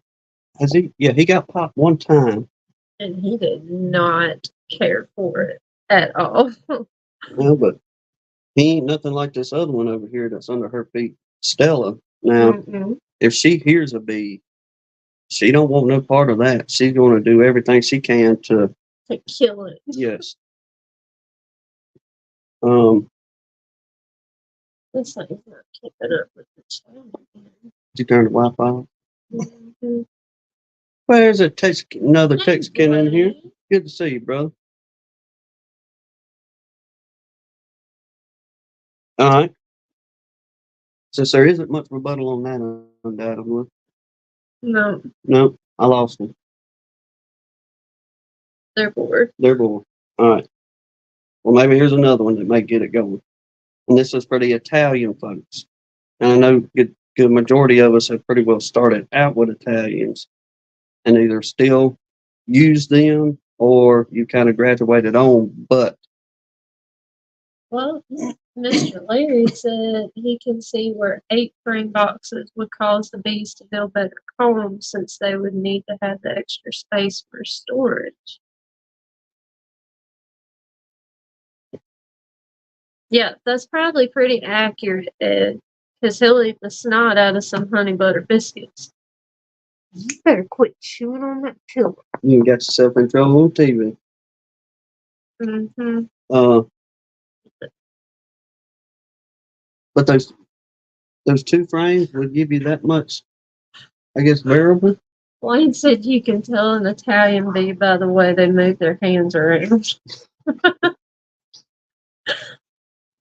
They talk like Pepe Le Pew. My chérie. Oh no, Sarah's having trouble with stink bugs in the house. Oh no. Don't anger it, Sarah. Or smash it with your shoe. Lord no. Alright. Here's another one then. We'll see what happens with it or see if anybody has ever paid attention with their queens. Dark Italian or golden Italians. Which are the best honey producers? Dark Italian bees or golden Italians? Question mark. Fella says I have 32 colonies, mostly Italian hybrids, and 1 golden colony that I exchanged queens last fall. As honey gatherers, it was too late to find out much. I have 2 golden queens due to me in the spring. I have heard it disputed or claimed that the dark Italians would store more honey and breed up, would store more honey or reel up faster. That's right, BREEL. I guess that's an old-timey word. But they reel up faster than the Goldens. I do not want to make any mistakes. I want the bees that will breed up the quickest in the spring and store the most honey. I've never paid any attention on, which I mean, ours are Italian mutts out there, so I guess looking at them, kind of thinking back, I have seen some of our queens that are much more golden than a darker. Well, I don't know. We've had several, like especially last year. were almost black.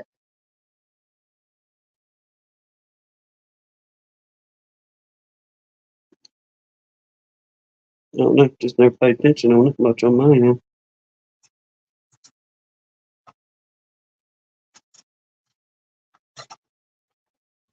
No rebuttal. Right. Not good. All right. Well, maybe this is another one then. We'll get on another topic. Are we losing them? No, we still got 50 in here.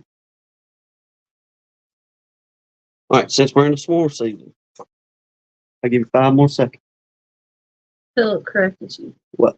Paper refused, but not Italian. They're all the same. Okay. No rebuttal. He said they'll sure upset your ideas. Larry. Alright. Oh, he's talking to Robert. I forgot beekeeping news tonight. Oh, you did? I sure did. Channel back to that. Yeah, that'll get me for a second. Then we'll go We might into. call it early tonight, yo. There's your beekeeping news.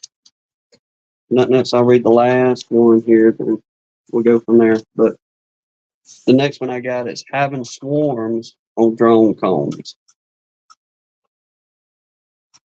But it ain't a long one either. But beekeeping news, since I forgot about it. Phillips keep swinging buttons. We will. We'll go with it, bro. We'll go. We might not. Phil. Hannah's tired tonight. Y'all gonna see me dozing off. He keeps reading. Somebody better jump in there.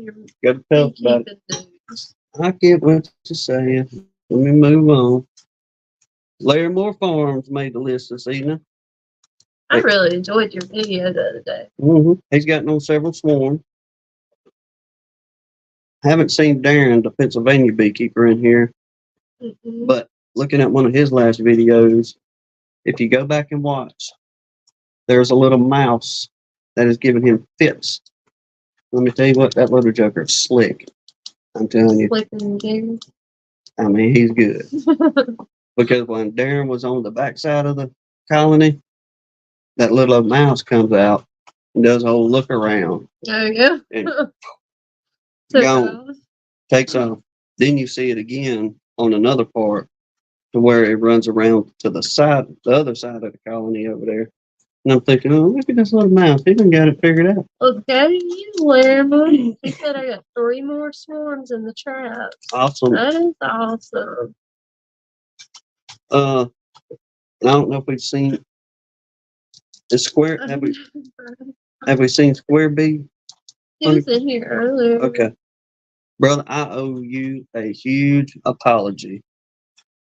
Because last week, I don't know where I was getting this when I was rambling, but I kept saying square pants on the last one. And I was not meaning to do that. I don't know where I was going, but Square Bee Honey Farm.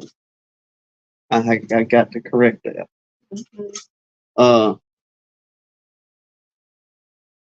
At least you wasn't calling him square britches.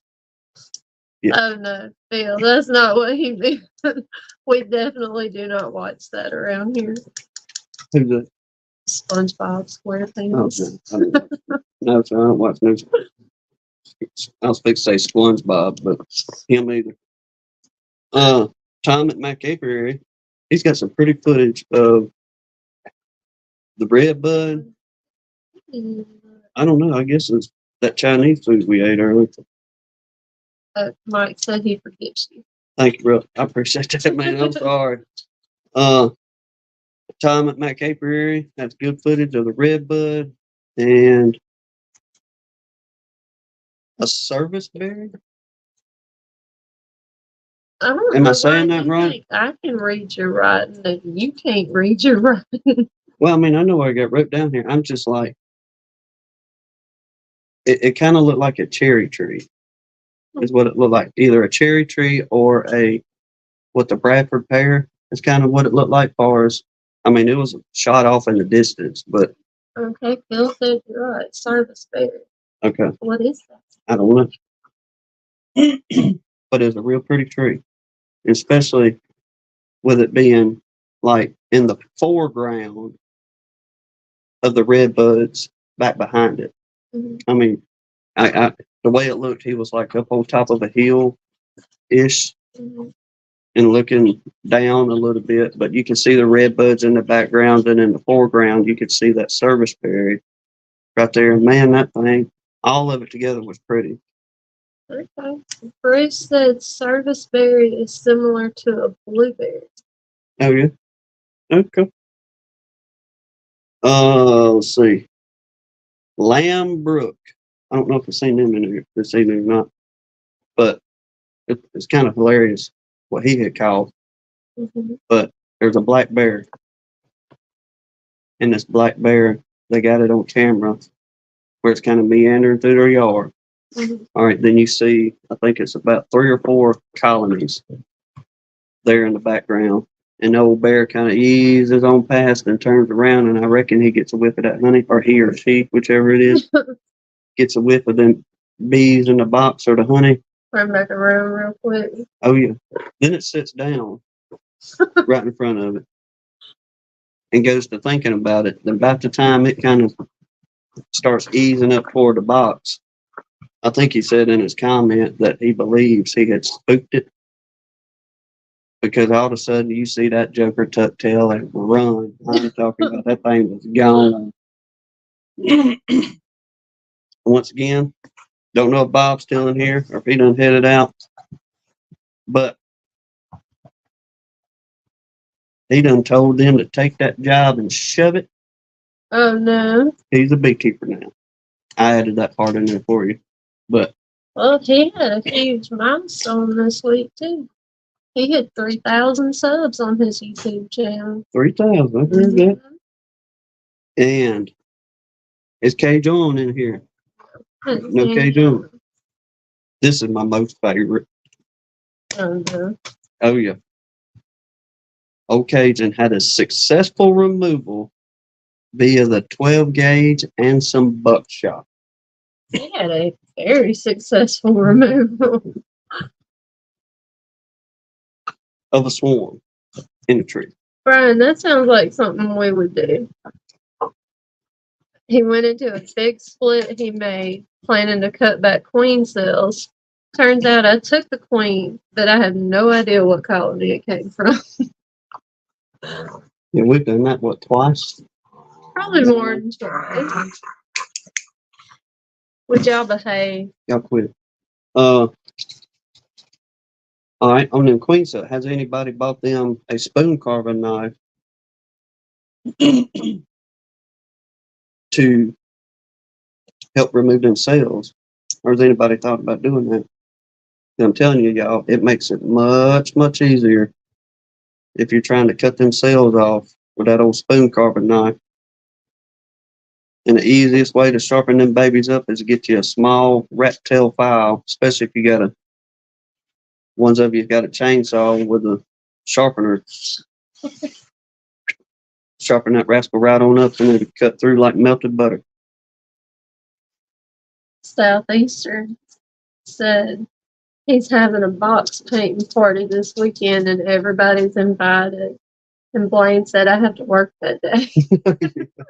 So I told him, me too. Larimore said I might cut my finger. Mama said not to play with that. Yeah. The easiest thing I'd tell you to do on them, which y'all probably already doing it anyway, but get you a mini roller, or what a lot of people call them a cigar roller, and zip, boom, you were running through them before you know it. But that does nothing to take the monotony out of painting. No, it don't. But it does make it quicker versus sitting there, using an old brush. No, a spoon carving knife, Philip, not a carpet knife. No, The little rounded, it looks like a crescent shaped knife. We found it on Amazon, but it works really good for cutting the little queen cells out. He'll show off his toy. I'll show y'all. Let me show y'all. People dropping like flies. They gone? They out. Let's see. We can get it in here. Anyway, that's that baby right there. Bill, oh my gosh. He said, I don't know what time the box painting party is, but I'll be sure to schedule a root canal for the same time.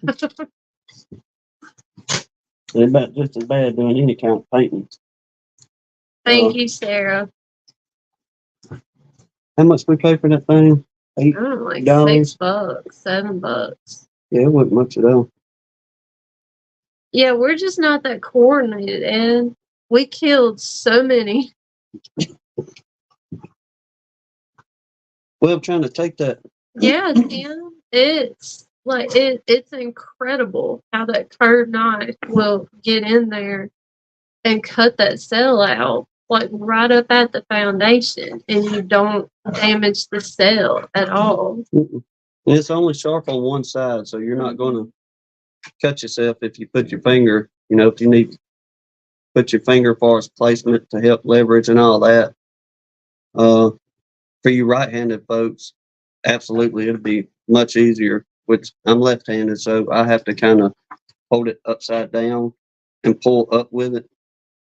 But if you're right-handed, you can just. Steve Amos said he bought the spoon knife. Have you tried it yet, Steve? Is it just us, or did you find it easier too? Well, that rascal, you can go right up underneath the bottom of that cell, and you can start at the very beginning of the bottom and run it right along that foundation, and you'll pull them off. Philip said that, and once more will be twice that I've seen a knife like that.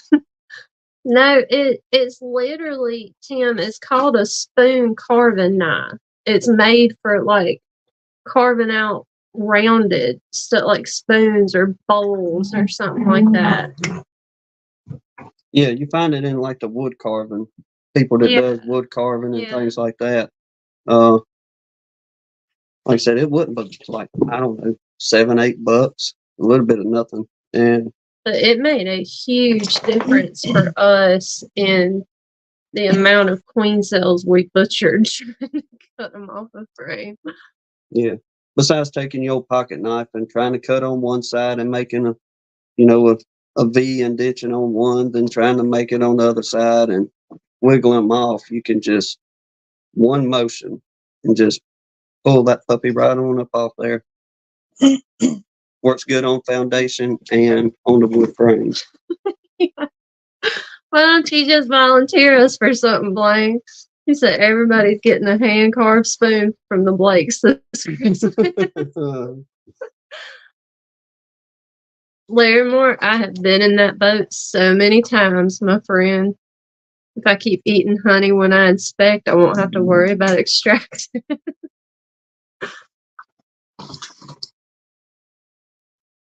Oh, yes, ma'am. It'll be a lot of spoons. Yeah.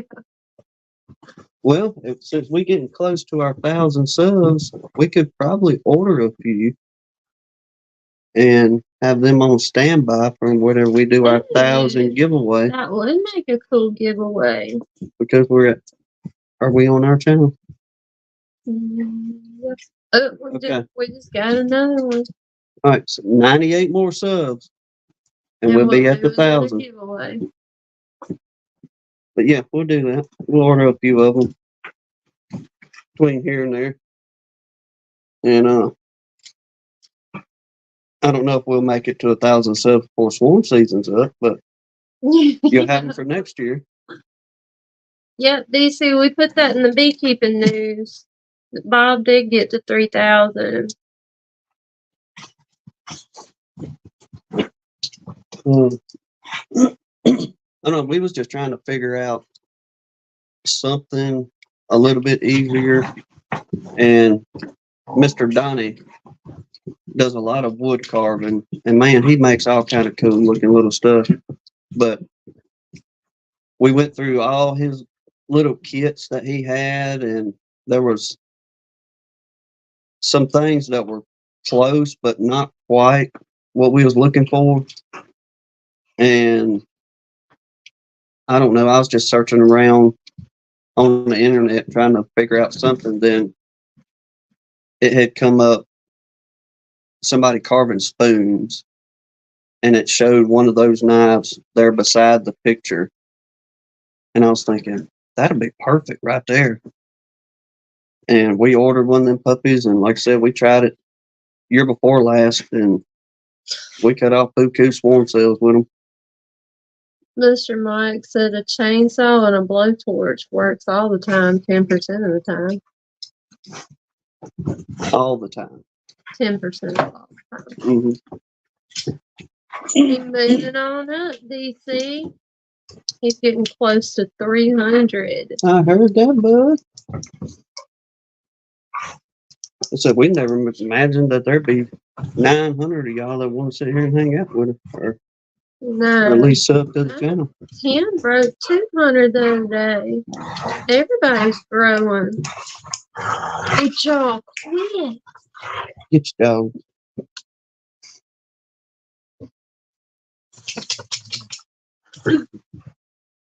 You'll see that look Are she you just gave me? serious? What? Oh, Laramore's almost at 200. Everybody's growing on it. Good deal. Well, y'all keep pushing them videos out and get you. What did that say? Waiting for Hannah to give another special recipe. Oh, yeah. Well, y'all give me some suggestions. I mean, I got a recipe box and a cookbook full of stuff. But I don't really know what people will like. Well, the way everybody was chirping a while ago, your crawfish deal will probably be your next run. Give folks an idea, because We can do a crawfish etouffee and a cornbread. Robert, really? I thought we were subbed to your channel. what YouTube unsubs a He lot of did us. unsub us. We're resubscribed now. I'm sorry. I had no idea it booted us out. That's really annoying. Oh, it is aggravating. I wish they would just leave it alone, to where if you sub to somebody, then just leave it alone. You're sub to Yeah. them. Because, I mean, granted, we can't go through and watch everybody all the time. I mean, we would just be tied down to beekeeping and YouTube, and I'd be burned out and, kind of throw my hands up in the air. But I do try to go through and watch, many of y'all to do the little beekeeping news, throw a comment in there, and just kind of meander around to, if nothing else, hit the thumbs up button. A lot of times before I even watch the video, I'll hit the thumbs up to whatever the thumbs up does. I mean, I guess the algorithm or whatever that thing is, the more you have, the more it's going to push your video out there, I reckon. But just that little bit of support to give to folks. But I know it's hard to reach over there for some people and just hit that thumbs up button. Yeah. Mr. Mike said you figured it out. Tell me to cook the recipes on videos so you get to eat it. I'll be your taste tester. Let y'all know how it is. That's for sure. I think you should do the crawfish with the cheese, because that's my favorite on that.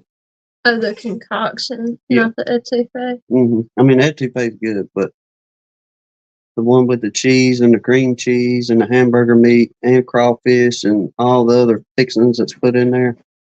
Now that's good, and especially for the folks that do your gardening, get them fresh Called you a vegetables. test dummy. Hey, I'll take that all day. Oh, that's funny. Snot tub the test dummy. Mhm. Especially when it's good food or good food. I can't even get my words out tonight. Seriously, Sarah, the algorithm has it out for subs. That's really aggravating, though. Yeah, I don't know why it just won't leave us alone. All right, Robert, you got some subs. So everybody's going to be looking for a video now. Mm-hmm.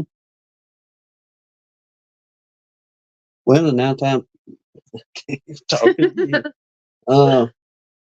Coffee didn't work for him either, y'all. Hey, I will say now, one thing that did help us, and we took advice on a lot of folks, is doing the shorts. Mm-hmm. Now, the shorts helped us quite a bit to get our numbers up fairly quick. I'm not going to say they jumped up overnight. Don't get me wrong, but there was times we pick up, 2 or 3. Some of them we pick up 10. But most oftentimes, if that short gets out there pretty good, then you'll pick up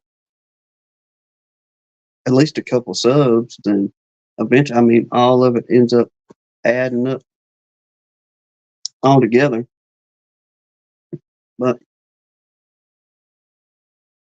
Philip, I just clicked on his little icon in the comments in here and then click go to channel when it pops up the menu. do that for Robert. Yeah. Robert, put your link in there. If you know how to do your link, put your link in there. That way folks Well, can. I'm wondering if that's what Phil put in. Is that what you He put? just posted on it. Okay.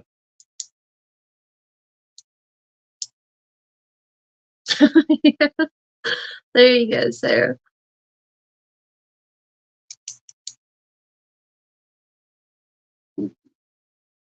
Okay. All right. Awesome, Phil. Thank you, brother. So, y'all go help Robert out and Yeah. give him a sub there. That way you start getting your videos out too. Everybody. Kind of help out there. I guess Danae getting it going too. Mm-hmm.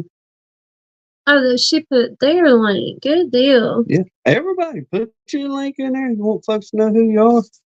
And if they ain't sub, yeah, I mean, y'all pick who you want to and hit the subscribe button. Help everybody out. Absolutely. We all support each other around here.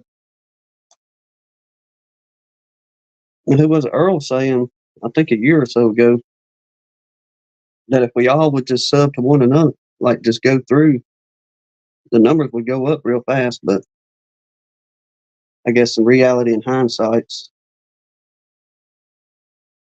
no, that's not really going to happen, I guess, because I don't know.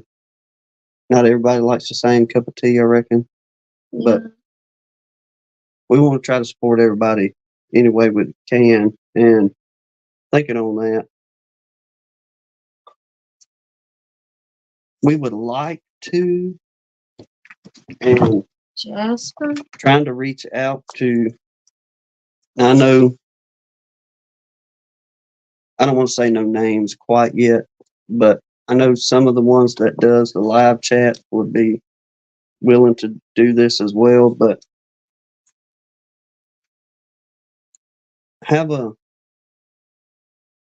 union, if you will, where we all come together that does the live chats.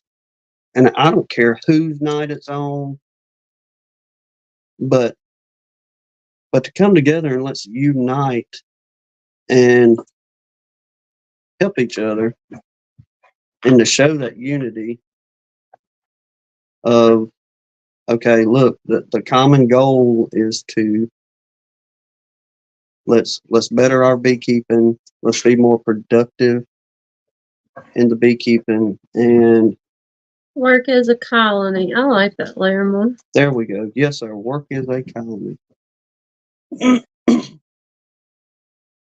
But I don't know. We're just two peas in the pod, if you will. and I don't know how well that's going to go together, but I would love to see that as far as folks truly coming together and it not being a, oh, mercy. I would just like to see folks come together. I'll just put it like that. Maybe one day, y'all. Maybe one day. Well, Yep. we're losing people. Are we losing them? Mm-hmm. Oh, we're already Well, 2 I hours think in, ain't we? Yeah. Oh, I didn't realize we was 2 hours in already. Boy, that went by fast. Well, we know how to run through a deal, don't we? Start off talking food, then get into beekeeping. Mm-hmm. But I don't know. What else you got there? You in the comments? Mm-hmm. I can't read and think and talk at the same time. You should know this by now.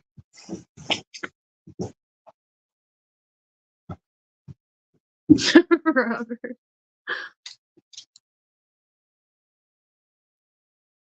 Well, let's see. Larimore, he said, I think some, not all, are afraid that some are going to get more than others. I don't know. I just don't understand that, I guess. But we're just, I guess we're different than some people on that end. But I don't understand the competition end of it kind of deal. I just really don't. Yeah, I'm with you, Sarah. I ain't competing with nobody. We just goof off on YouTube and record it. Yeah, I mean, it's definitely not a competition. We're not trying to be somebody that we're not. Because if it ever gets to that point to where Gunline Bees is putting on a show just to get you to like us or to get some views, You're gonna have to then do something with it. we'll just turn it off, kind of thing. Because I'm not going.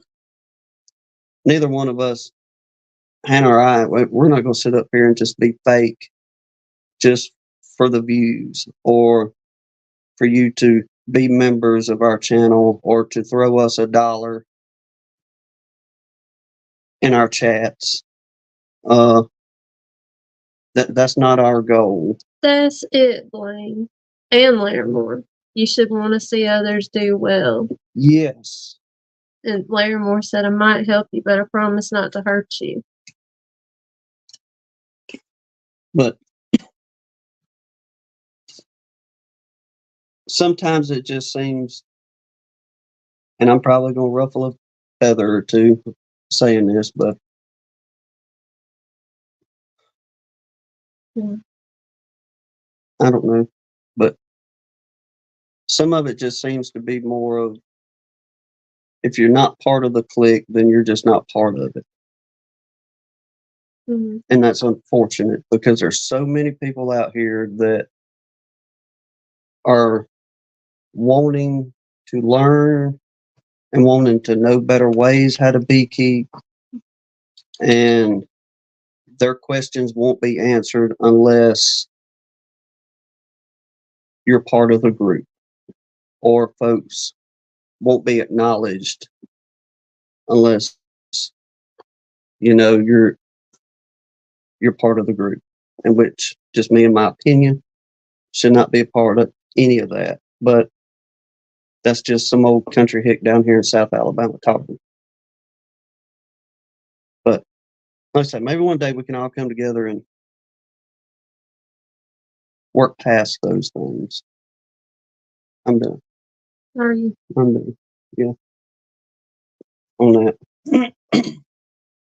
But yeah, we're gonna wrap it up. The kids are wound up. Out for a minute before I just flat whip a snot at one of them or both of them. or all three of them.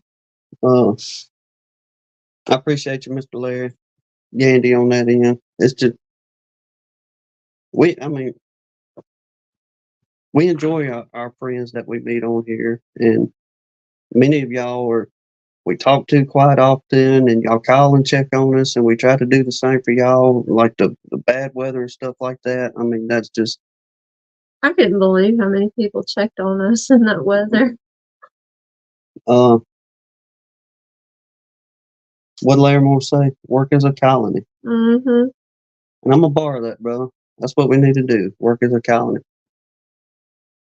So we're gonna end it there this evening, y'all. We appreciate every one of you for tuning in. God bless you. Lord willing, we'll see y'all on the next one. Y'all take care. I hope y'all have a good week.